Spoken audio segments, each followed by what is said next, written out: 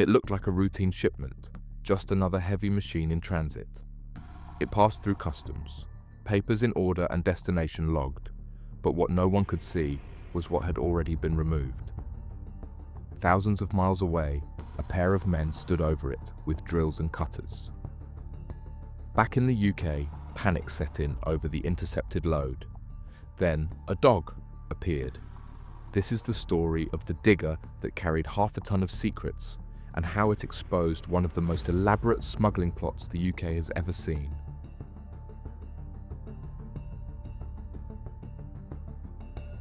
The idea wasn't rushed.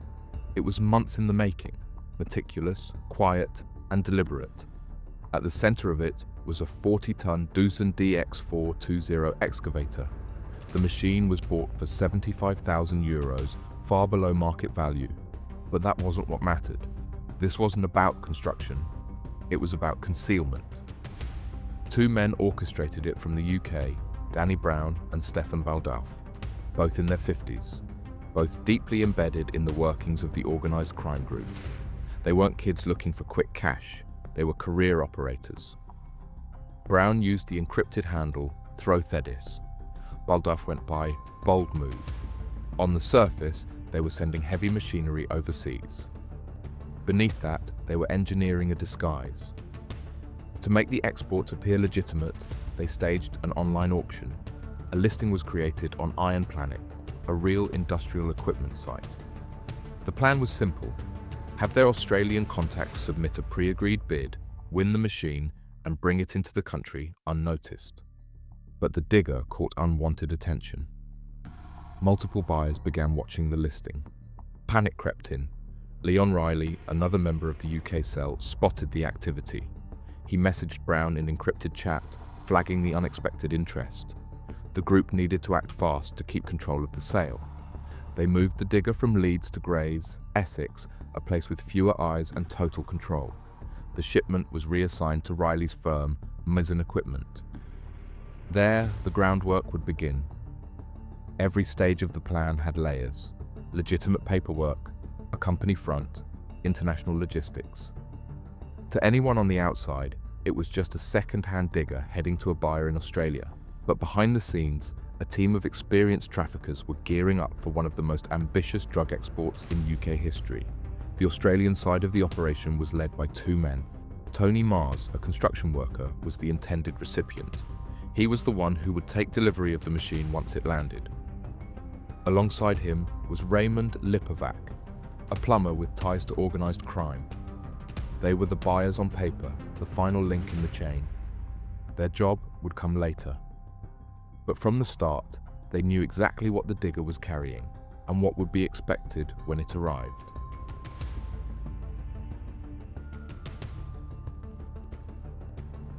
In an industrial unit in Grays, Essex, the digger sat under strip lights and tarpaulin. It wasn't there for maintenance. This was the build site for the most critical part of the plan: the concealment. Philip Lawson, 61, was the architect. He didn't just help transport the machine, he designed the entire hiding system. A cavity was to be created inside one of the excavator's arms, not by chance, not clumsily. This would need to hold hundreds of kilos and survive international scrutiny. Lawson arranged for a welder to cut open the steel arm with precision.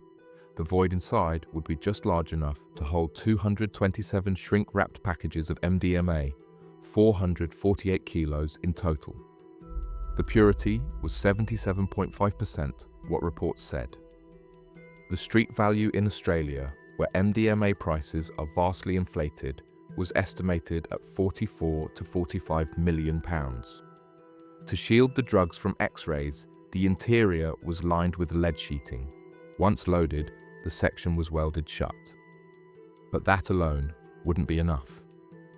To finish the job, Lawson brought in a powerful welding machine, then a sign-making firm, to produce industrial stickers to mask the fresh work.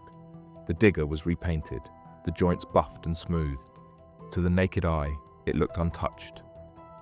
Tony Borg, 44, was the man on site for the final prep. Working under Lawson's direction, he supervised the build until the digger was ready for transport. The concealment was complete.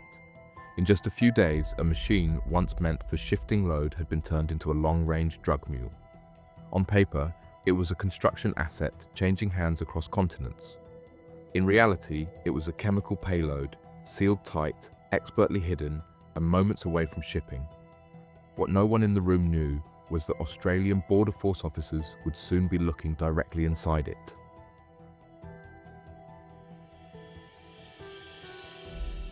By January 2020, the machine was ready.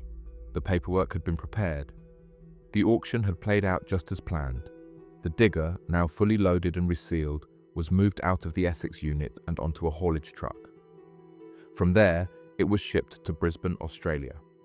It took almost 2 months to arrive, long enough for the UK cell to grow restless. Throughout the journey, encrypted EncroChat messages were exchanged between Brown, Baldoff, Riley, and their Australian counterparts. Updates, assurances, and route checks. The weight of what was in transit, both literally and legally, wasn't lost on any of them. But what they didn't know was that the shipment was already compromised. Australian Border Force officers, acting on intelligence, X-rayed the digger when it landed on the 13th of March. What they saw confirmed their suspicions. Inside the arm, buried behind steel and lead, was a concealed stash. 227 plastic-wrapped packages. They didn't seize the machine. Not yet. Instead, they removed the drugs and resealed the cavity. The welds were smoothed, stickers were reapplied, and then a tracker was installed, along with a covert listening device. The authorities wanted to know where it was going, who would touch it, and what they'd do once they realized it was empty. The modified digger was then cleared for release. It continued on to an auction site in Western Sydney, just as the UK crew had planned.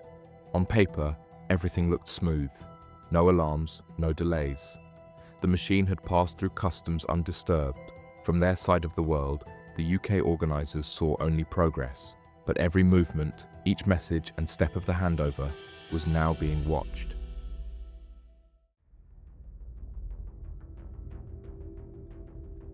By mid-May 2020, the digger had reached its final stop, a small worksite off Kildare Road in Blacktown, 34 kilometres west of Sydney. It sat there for days, no movement, no noise, just waiting. On the 18th of May, Tony Mars and Raymond Lipovac arrived with tools in hand, angle grinders, drills, diagrams. They had been sent precise instructions by Philip Lawson back in the UK, sketches showing exactly where to cut, what tools to use, and how to access the sealed cavity inside the digger arm. They followed it to the letter. First, they used the excavator to dig a trench, positioning the machine for better cover. A large piece of fabric was draped over the street-facing side to block any outside view. Then they got to work. They expected to find neatly packed packs of MDMA behind the weld. What they found was silence. The chamber was empty, clean and hollow. They returned the next day, and the next, each time with renewed urgency and growing confusion. They sent photos of the exposed cavity back to the UK via EncroChat. Brown and Baldoff responded with more detailed directions, more pressure, more questions. Still nothing. On 21st May, after a third failed attempt, the Australian crew confirmed it. The machine was empty. The MDMA, all 448 kilos, was gone. Back in the UK, the news landed like a shockwave. The operation had been built on precision and timing. Now, panic started to spread. Who had taken it? Had someone intercepted the machine? Had the Australian crew turned? No one in the group suspected the truth, that every message they were sending was being quietly documented.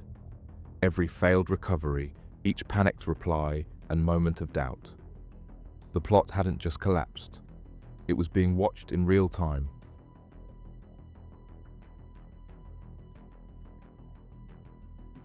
They thought the platform was uncrackable. No names or records, and even no chance of interception. Just messages that have been typed, read, and wiped. EncroChat had become the preferred tool for Europe's most organised criminal networks. As you've probably heard in so many other cases, its encrypted system became the backbone of countless large-scale operations, until it didn't. I won't go into the technical breakdown again here. If you want to dive deeper, there's a full playlist on my channel dedicated to how EncroChat helped dismantle networks just like this one. What matters here is this: law enforcement had already got in. And as a result of Operation Venetic, investigators were monitoring the group's communications in real time. Brown operated as Throw-Thedis. Baldoff used Bold Move. Riley, Lawson, and others were active too. Investigators began piecing together timelines, shipments, and roles, all from inside the gang's own chat logs. The digger, welding, route, and the auction, it was all there in their own words. Even all the communication between both crews, as described earlier, was logged as well. Among the stream of messages, there were slip-ups. Small details, but enough to crack the case wide open. Danny Brown had sent a photo of his new French bulldog Bob to Stefan Baldauf via EncroChat. It seemed harmless until investigators zoomed in on the dog's collar. Hanging from it was a tag with a phone number. That number belonged to Brown's partner, and it directly linked him to the Throw-Thedis encrypted handle. Then came the selfies, unintentional but revealing enough. In one message, Brown had sent a photo of his television to the group. His own reflection was visible on the screen. In another, Baldoff had shared an image of a brass door sign. His face was clearly caught in the polished surface. Both images helped confirm their identities beyond any doubt. For investigators, it was like sitting in the room with them. What made it even easier were the digital footprints. After revealing their identities, police easily tracked their locations. The phones had connected to towers near the industrial unit in Grays. The more the crew messaged, the deeper the hole they dug. The takedown wasn't loud. There were no raids at this stage, just silence and surveillance. Officers let the conversations keep flowing while they watched the conspiracy play out. When the time came to move, they didn't have any guesses. They had transcripts, coordinates, timelines, and soon they'd have faces.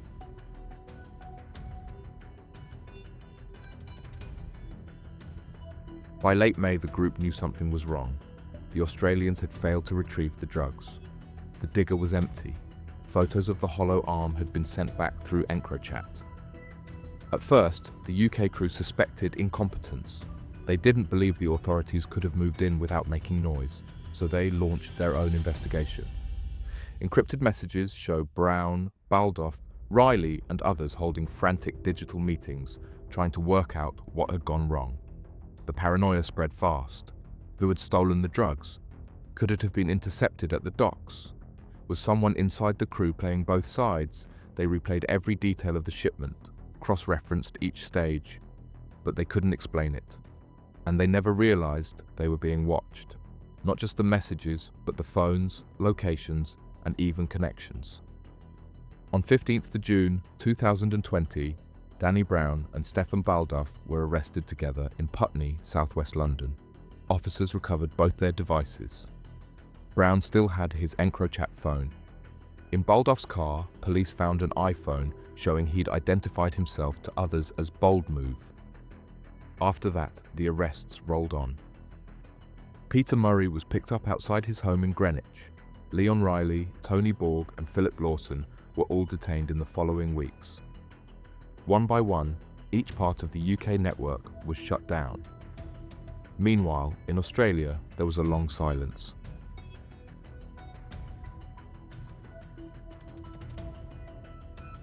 The last message came on the 21st of May 2020.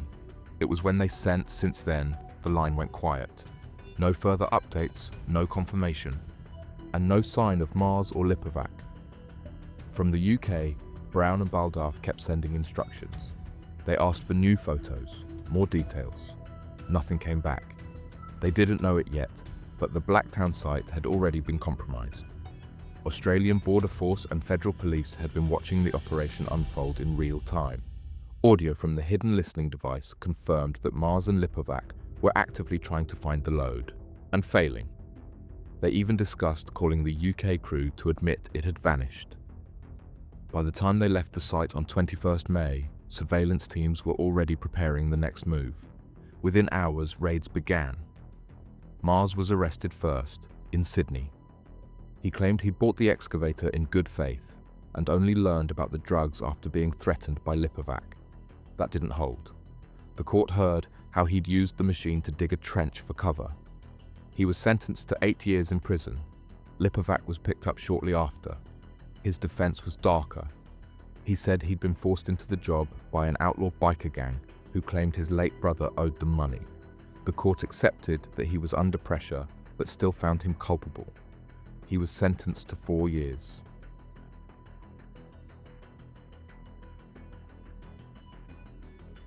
On the 6th of December 2022, at Kingston Crown Court, the full weight of the case was laid out before the judge.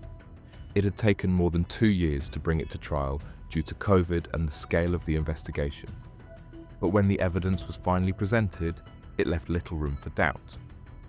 The prosecution described the operation as one of the most deliberate and organized smuggling plots in recent memory. The gang had used an unprecedented method to traffic Class A drugs. Nothing about it, they said, was accidental. Defense teams attempted to challenge the admissibility of the EncroChat evidence, arguing that the messages had been unlawfully obtained. But the court rejected that claim. The judge ruled the data could be used. And when it was, it painted a clear picture of who was involved and to what extent. Stefan Baldauf, 64, received the longest sentence, 28 years. He was described as one of the key organizers, working closely with Brown to control the overall operation. Danny Brown, 55, was sentenced to 26 years, also identified as a central figure who oversaw logistics, planning, and communication. Leon Riley, 50, who facilitated the movement of the digger via his company Misen Equipment, was sentenced to 24 years. Peter Murray, 59, believed to have played a key transport role, also received 24 years.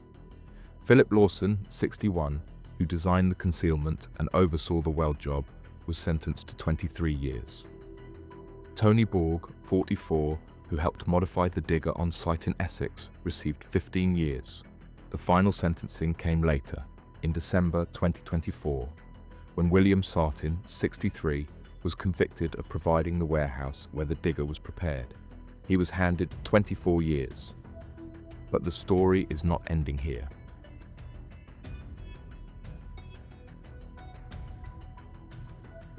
In early 2025, the courts turned to the gang's finances, aiming to recover the profits made from the attempted £45 million export. On the 20th of January 2025, at Kingston Crown Court, two of the most senior organisers, Stefan Baldauf and Philip Lawson, were hit with substantial confiscation orders under the Proceeds of Crime Act. Baldauf, now 64, was told to pay back £1,007,600. The judge gave him 3 months to hand it over, or face an additional 7 years in prison. Lawson, 63, was issued a separate order to repay £182,000, with the same deadline and an added 3-year term if he failed to comply. The NCA confirmed that any funds recovered would be directed into further crime prevention work and returned to the public purse. What do you make of it? Did the sentences go far enough? Or was the financial hit the real blow? Let us know what you think in the comments. And if you want more real UK crime stories like this, subscribe, turn on notifications, and check out the full EncroChat playlist on the channel. There's always another case to uncover.